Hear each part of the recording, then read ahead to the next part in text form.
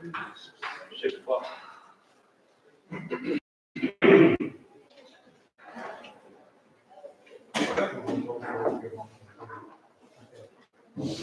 We been studying the movement of the Bible for the last, quite a while now. Started Old Testament, now we're in the New Testament. And honestly, I think this is the most women we've had show up. I think most of them thought it was going to be kind of a bashing, picking the bad ones because we're going through the good ones. They've been good examples.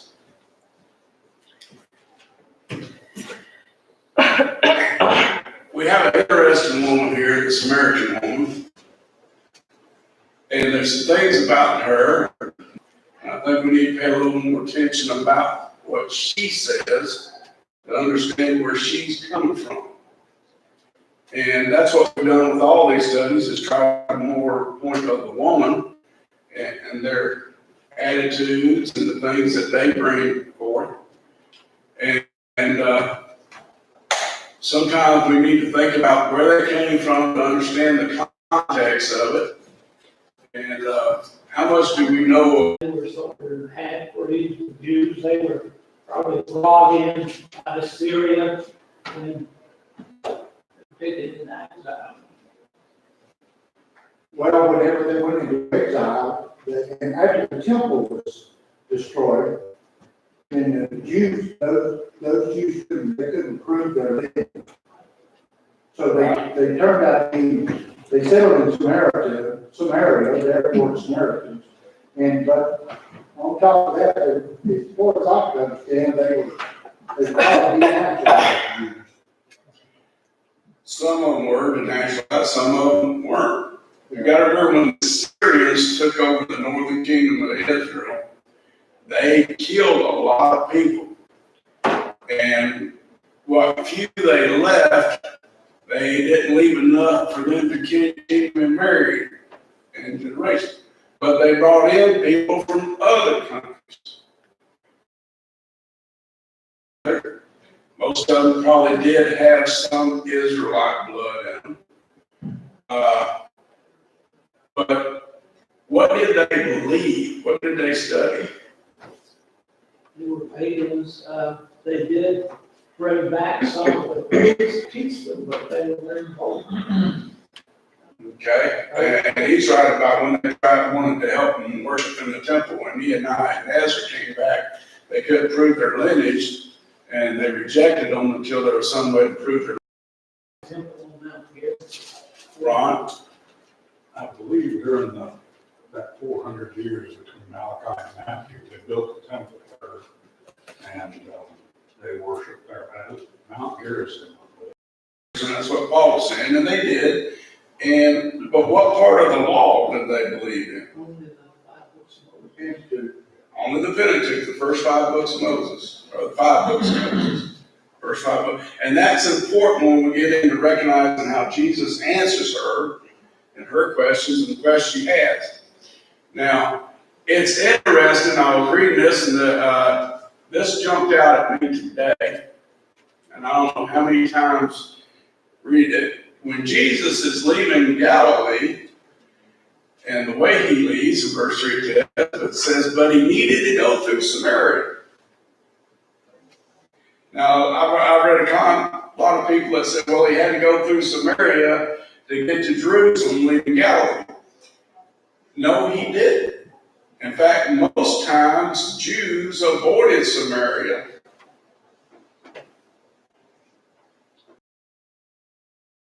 Wouldn't go through it.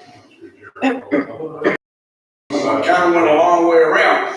So that tells us something. There's a reason he wanted to go through Samaria. So it says he came to a city of Samaria, which is called Sychar, near the plot of ground that Jacob gave to his son Joseph. Now Jacob's well was there. Jesus, therefore, being weary from his journey, sit thus by the well. It was about the 6th hour, we call that today. Yeah. Around noon. A woman of Samaria came to draw water, and Jesus said to her, give me drink. Now, This sets the tone of it. Everything takes place around this well. Would it be that unusual for a person to ask a woman if it, around noontime, if they wanted to drink? Evidently, this well wasn't like the one you think about with a bucket there where you could draw it out, but it had to have somebody come with a bucket or something to draw out in the field. Now, we need to understand Jesus is looking at this woman and he is using this as an opportunity to open up a conversation.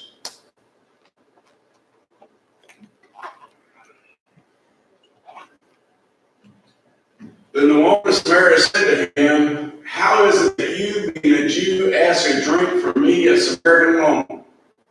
For Jews have no dealings with Samaritans. Now that's the comment that John put in there. How is it? Now I want you to think about this woman. What is she really doing here?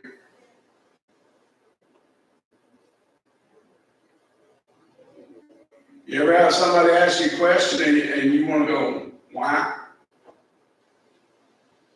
Why are you asking me? Yeah, you know, some of our kids sometimes want to go, have we told you how much we love you?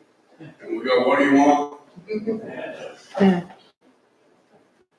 That's what she's kind of doing. She's going, why are you even talking to me?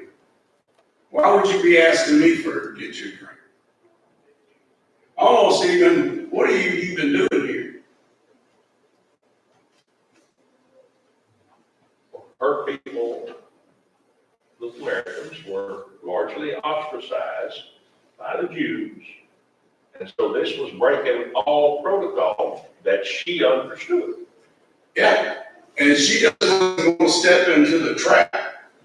She's suspicious. She's very suspicious, and that's what she's thinking. This is some kind of trap, and I'm not going to step into the trap. And notice Jesus said to her, if you knew the gift of God and who it is who says to you, give me a drink, you would ask him, and he would have given you living water.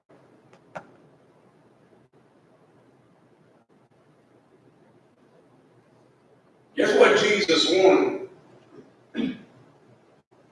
He wanted her to ask that question. She was right. He had an ulterior motive. But it wasn't a bad one.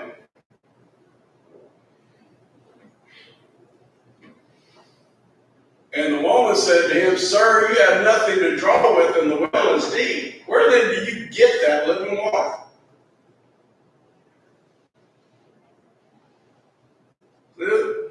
This woman isn't just somebody that just run of the mill, just look around and go, well, you don't even have anything to draw with. You must be nuts. I'll walk away from it. You know, we start giving us weird answers and we walk away. But she's not going to do this. Something's happening here. And she's seeing it. This is very good compensation start. And that's exactly what it is. Jesus started a conversation, and she's inquisitive enough that she wants to know where this conversation is going to. It's an example for us, I think. Yeah, it is. Interact. It is, but what we want to focus on a lot of is on this woman. Because notice her next question. Are you greater than our father Jacob, who gave us the well and drank from it himself, as well as the sons and his livestock?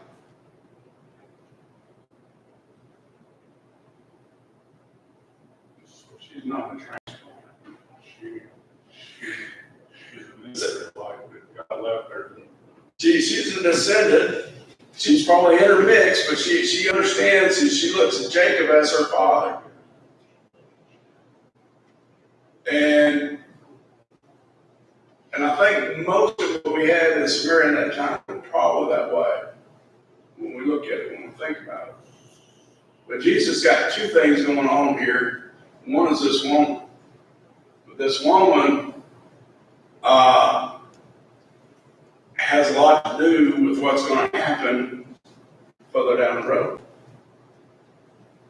She's got a character about her that's different than most. Well, knowledge in the scripture too. She's got knowledge, and she knows what's going on. She knows where the well's from, and she's asking questions. Now, Jesus had said to her, whoever drinks the water, this water will thirst again, but whoever drinks of the water that I shall give him will never thirst. But the water that I shall give him will become in him a fountain of water springing up into everlasting life. Now, here's what's going on.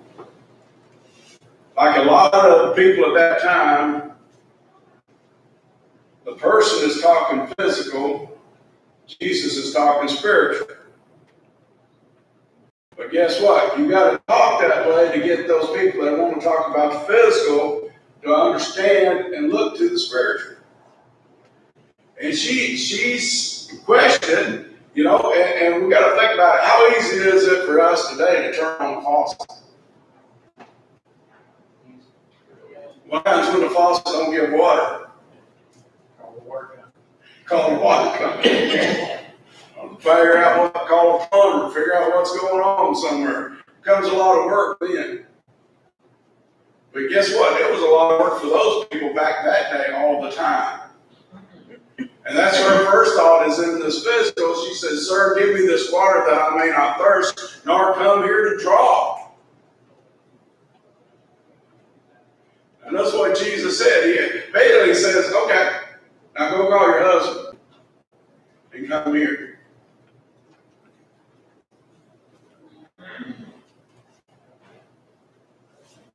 Now he's opening a new door. Was it improper for him to tell her to go call her husband? No. In fact, for the culture of the time, for him to be talking to her and her talking to him, the husband should have been present. So it wasn't an unusual request. But it opens a door that she doesn't realize. Notice what she said. The woman answered and said, I have a husband. Jesus said to her, you have well said, I have no husband, for you have had 5 husbands, and the one whom you now have is not your husband, in that you spoke truly. What's going on here? He knows. He knows. Well, let's understand just briefly what's happening here. She's been married 5 times. Now, we don't know the circumstances of those marriages. But he's telling her, you've had 5 husbands. I'm going to assume they've all died. It might even been one of those brother-related deals. But when it says the one you have now, by that he means the man you have now is not your husband. We think shacking up's a new thing. Something like that. That's probably what was going on then. They were living together.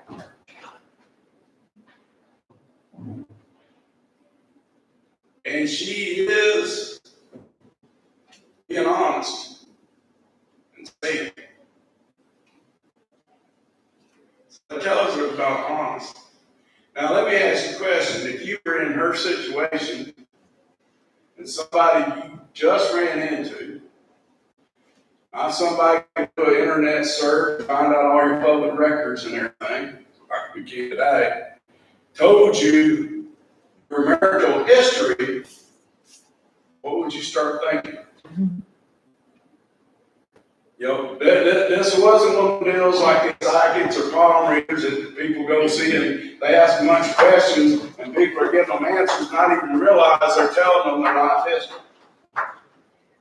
Jesus didn't ask any of that. So if that happened to you, what would you start thinking? Huh? Well, first you'd probably say, who is this guy and what's going on? Now, she had a different attitude. She perceived him. She tells him, the woman said to him, sir, I perceive that you are a prophet.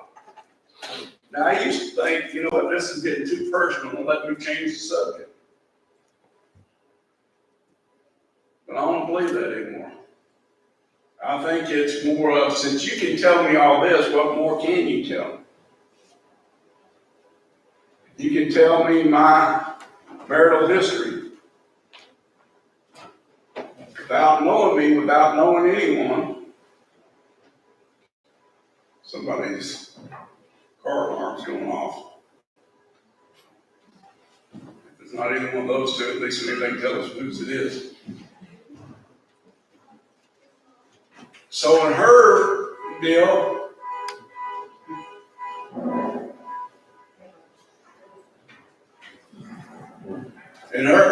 she's wanting to ask more questions.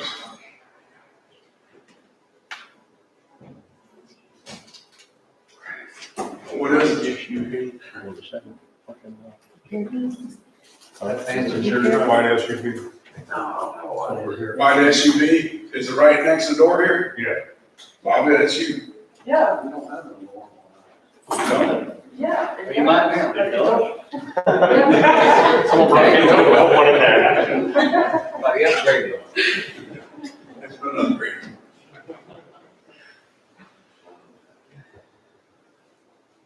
So anyway, she got some questions now. There was a lot of big questions. Oh, it was Kathy's? Okay, my bad.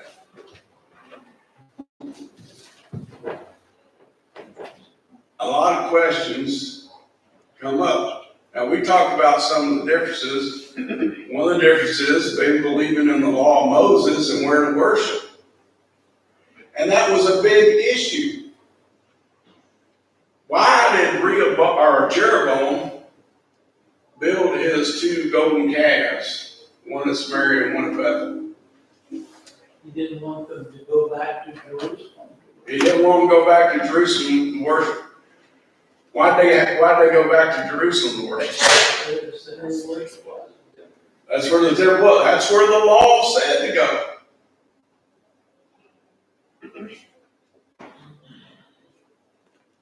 So then as it came back, and understand, when those people that couldn't prove their heritage couldn't be priests, They wouldn't let him come there. hmm? They wouldn't have let him come there. They wouldn't let them come there. Jews were the only ones with proselytes. Jew or proselyte. And it's kind of a deal when you tell people, well, you can't be a priest. They have a twofold choice. And become one anyway, Or so they can go with it. they either have to submit to it, basically become a proselyte, or they get upset and go do their own thing. And which is why they rejected everything but the law of Moses. Because the law of Moses didn't say anything about where you had to go to worship. That came with Joshua and the prophets establishing the tabernacle. So they were able to set up their own. Now, she says, here we have a prophet. What's funny about having a prophet at that time? They hadn't had one in a while. They hadn't had one for over 400 years. So even the Samaritans were looking for a prophet. They knew that the law of Moses promised a prophet. And she said, now I've got a prophet. He can answer my questions. Are we right or are we wrong?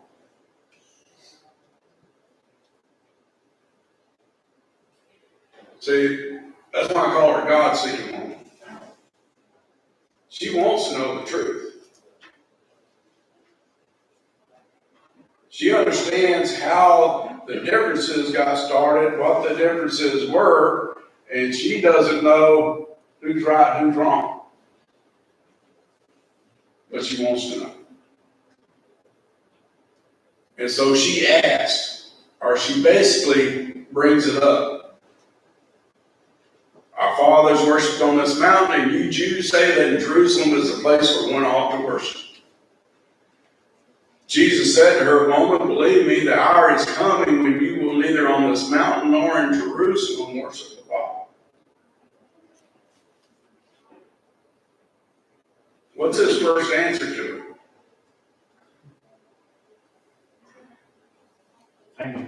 change. Things are getting ready to change. And what you're worried about right now, what the Jews are worried about right now is fixing to change.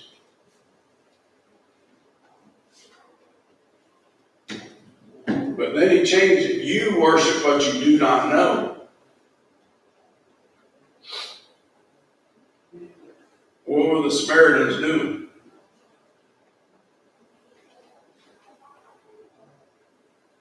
By rejecting the prophets, the law of the prophets, they were assuming that this was all okay, and they were doing so in ignorance.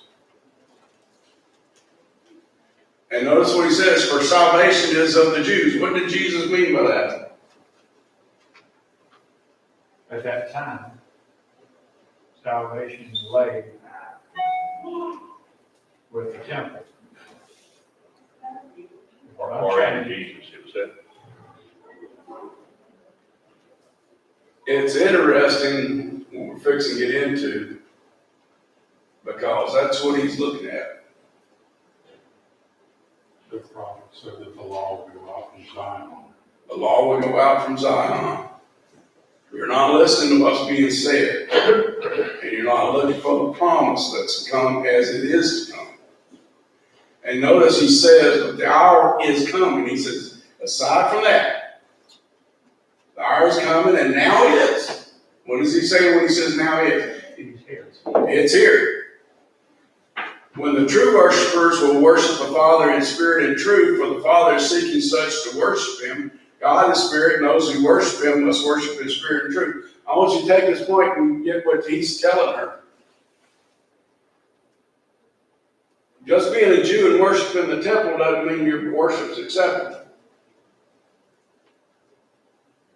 Even if you become a proselyte and you're worshiping at the temple, doesn't mean your worship is automatically accepted. The ritual without the spiritual involved is vain worship. If you're not seeking to worship God in spirit and truth, it doesn't matter what you do, where you do it, or how you do it. And he pretty much told her, basically, just make sure what you're doing right now is right. Now notice what the woman said to him. I know that Messiah is coming, who is called Christ. When he comes, he will tell us all things.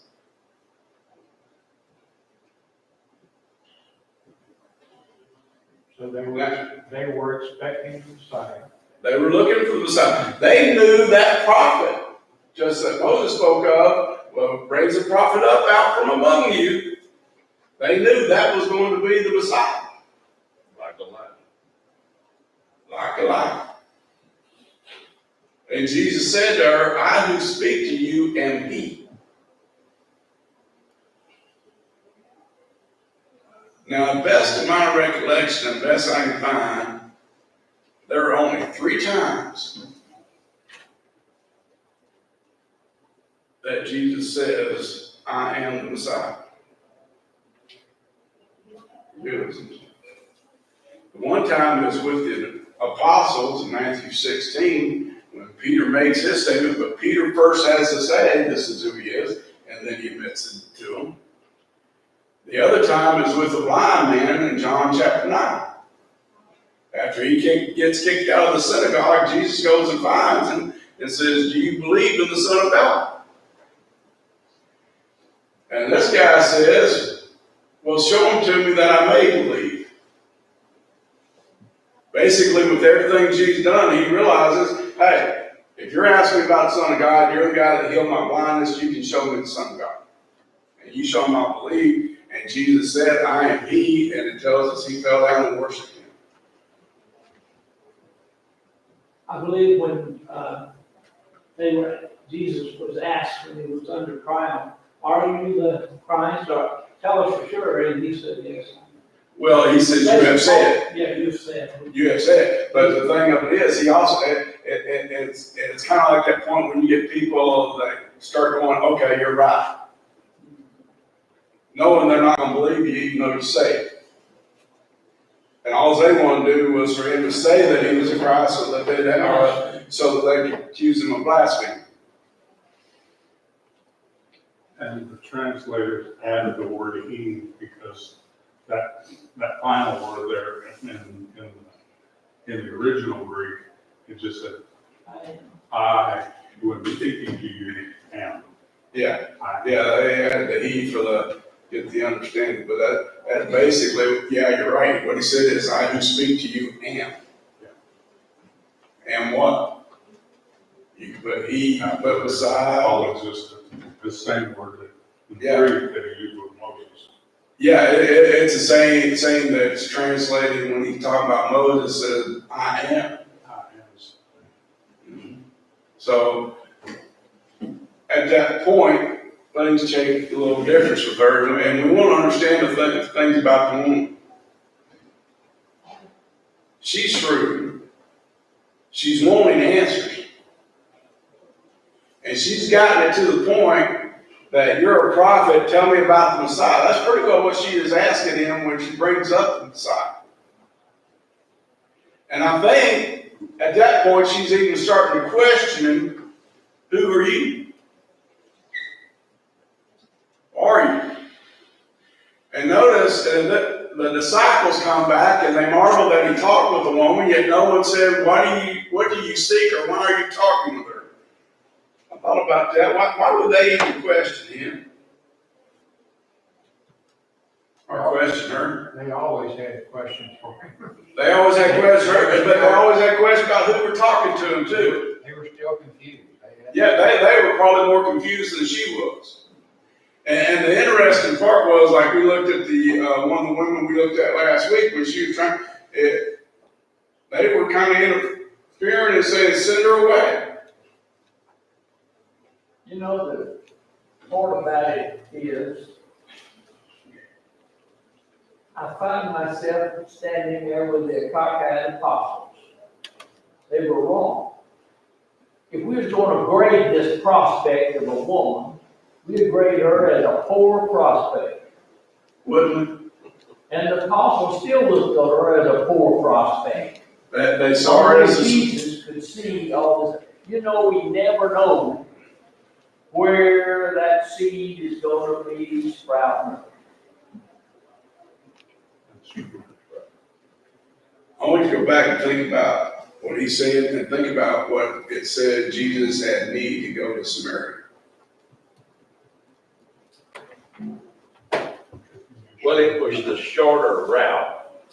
It was a short route, but He was not, one thing about him, he didn't follow all the cultural trends of his Jewish peers. But see, there's a difference, a need to go through. I know what you're trying to And a say. need to go to, He was going to her, is what you're suggesting. not just to her, Well, okay. but she was the hinge pin where everything else lay. Well, he went to be about his father's business. He was being about his father's business, and he was going there to engage with this woman. There's no doubt that that's true too. And what it led to. It wasn't a coincidence. It wasn't a coincidence. There aren't coincidences with God. And notice at this point, his disciples came, they marveled that he talked with the woman, they didn't ask him questions. And then it says, then the woman left her suckling and went her way to the city and said to the men, come see a man who told me all things that ever did. Could this be the Christ? Now, a couple verses before this, they had continued, when the disciples came, they had continued in their discussion. We don't know what else was said, but their discussion had been going on. And so at this point, she leaves her water pot. What'd she come to the well for? To get water.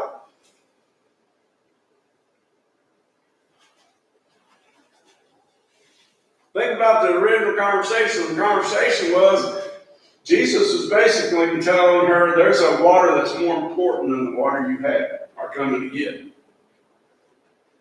A life-giving water.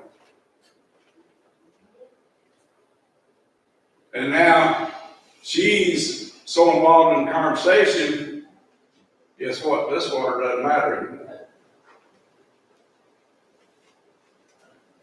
And she realizes that. And she doesn't keep it to herself. Notice, come see a man who told me all things that I ever did. Could this be the Christ? What is she asking the people? The people of Samaria, the city. She's saying, is it possible that this is the Christ? Because my mind's already thinking this is the Christ.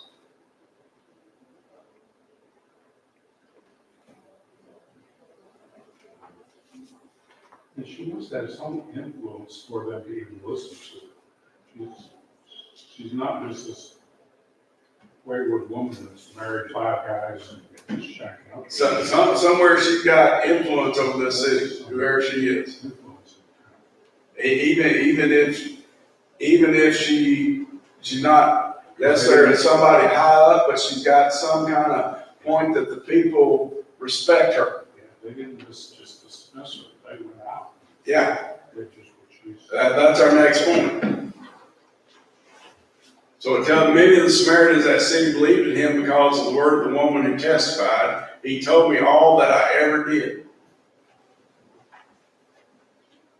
And they believed her at that point. They haven't got to Jesus yet. Yeah, many of them, because I'm sure we don't have the whole conversation, which could this be the Christ? Somebody said, what are you talking about? And then she went in and she discussed everything that they had discussed. Which underscores the idea that the entire city was poised with the idea that a Messiah is coming. They were armed with that. And all they were armed with somebody to show up and said, I found him, and they were ready to go. But So they were God seeking. they were God seeking. She was God seeking. That's what I'm saying. She was the hinge pin. Because she was the one that Jesus could go and talk to, and then go get everybody else.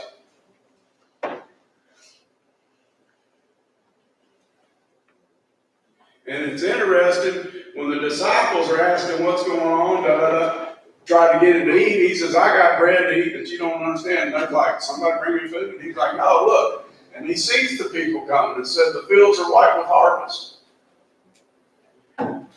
Here's an interesting thing, and we need to keep in mind.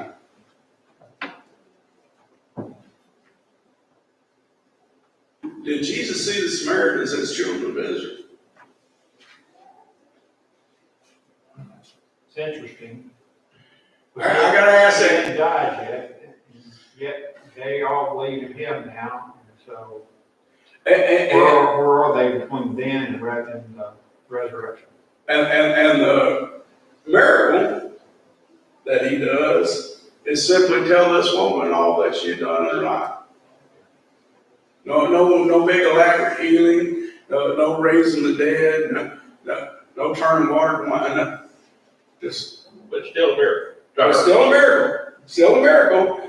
But nothing like what most people, when we think about Jesus' miracle. As I said, the only miracle he done was this one. And he didn't do any others while there, as far as we know.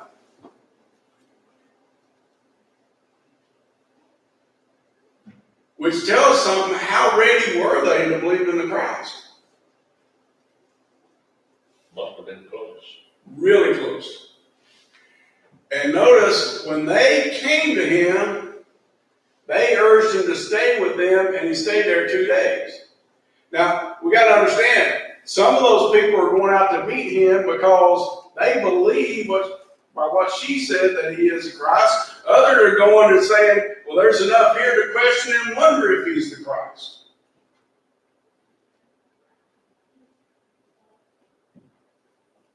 And then they're going, we want to know more. And the interesting part is after the 2 days. And many more believe because of his own word. Then they said to the woman, now we believe not because of what you said, for we ourselves have heard him, and we know that this is indeed the Christ, the Savior of the world.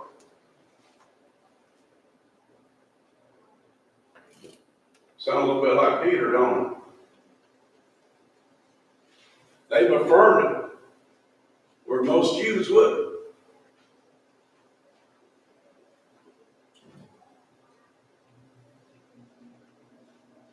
And they believed it because of her.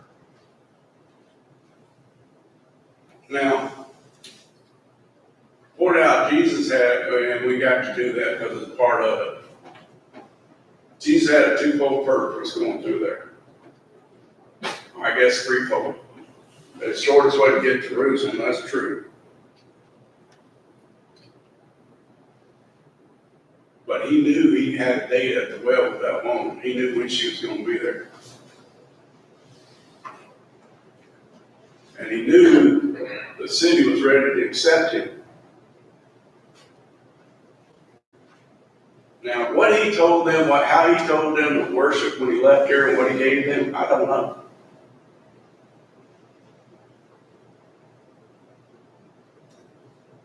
But he laid the groundwork for something very important.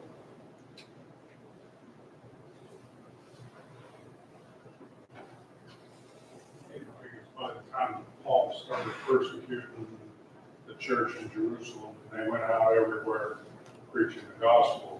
That's one of the first places that they And who went there? Who first went there? Philip.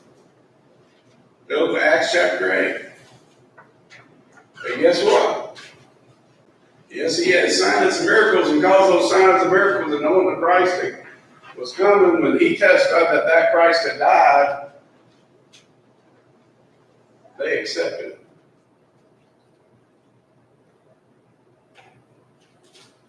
Became a part of the church.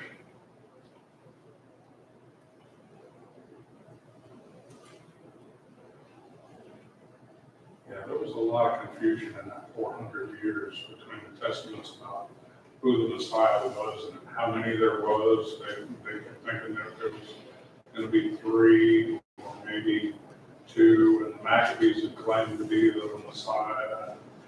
And they've been having it for a long time. That they had a lot of confusion. They were primed and ready. But this one came for these people. Not for the Jews, but for these people, this came and he just simply did the things that they said. Yeah. Very simple. This is the Christ, the Savior of the world. And because of that affirmation, the years down the road, when Philip goes into Samaria, they're ready to receive him. Remind me of the scripture that Jesus said on the Sermon on the Mount. Blessed are they that hunger and thirst after righteousness, for they shall be filled. They was hungry and thirsty after righteousness. That's exactly right. They were hungry. This woman was, that city was. Yes. And she had the influence that people believe. And I'm like Ray. If you'd have told a Jew to go to Samaria, even the disciples, and preach to those people, how many of them would have willing to go? Especially if they told them, well, this woman been married 5 times and now she's living with a man. Jumping and going to the Nineveh. Pretty much. And that's what people tend to do. But it's another reminder that God sees what people are willing to do, not what we think they're willing to do. And seeing the miracle doesn't necessarily automatically make them believers, because just a few weeks later, those that see miracles are all Christians. Yeah, yeah. And you'll hear people say that all the time. If I can see a miracle, I believe like that too. No. In fact, I had somebody tell me one time in Bible class, well, if I could talk to God like Abraham did, I'd have faith in Abraham too. And I asked him, I said, what about Cain?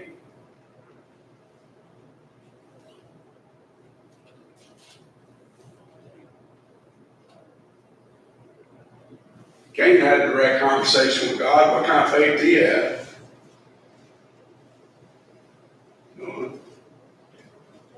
We can go through all through the Old Testament people that had the evidence to believe, but never had any faith, like Jeroboam.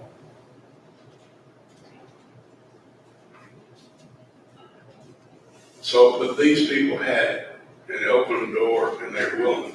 They were willing to let that seed be planted in and grow. And this woman was of the nature that God knew he could use her to bring those people to the Christ. Simple, willing to listen to the truth. That's what she was, somebody that's simply willing to listen to the truth. And so we get a good lesson out of her. Any other questions, comments? I guess is John the only one that tells the story? John's the only one who records this. That's unusual, you would have thought. It is, but it's But it's because of the way the. because of the time of the gospel. It's because a lot to do with, when you look at Matthew, his audience is a Jewish audience. He doesn't even tell about the Good Samaritan. Luke is writing to Greek, so he brings in the Good Samaritan, but he doesn't bring in this. Because of who his audience is. John had several outline stories that he told that none of the other gospels were. Yeah, and that's the thing, and I think John, and I think God used John, there wasn't a whole lot of reason for John to repeat a lot of what was said before. That wasn't, it was some new, we call the other three the synoptic gospels, because they go so much together and everything. I even saw a thing one day, a teacher with 4 students sitting in their desk, and it said, and it had their names on Matthew, Mark, Luke, and John. And she says, Matthew, Luke, Mark, and Luke, I'd like to see you after class. Your papers are surprisingly similar. But that's God's working on us, the testimony we have to understand. And the later time of John and the things that he's answered and trying to deal with and trying to bring in. And that, in fact, part of Gnosticism excluded a lot of people. Tried to exclude a lot of races, and that's one of the things that he's dealing with, that God wasn't going to exclude anyone. And so he's trying to bring that in there, and he brings this woman, and that no special gnosis had to come upon her, just to talking to her from Christ, revealing things to her, and she believed. That's the Gnostics talk, or contrary to what the Gnostics talk. Anything else, go ahead. Okay. What number did you pick? 915. 915. Let's stand and sing. When we walk with the Lord in the light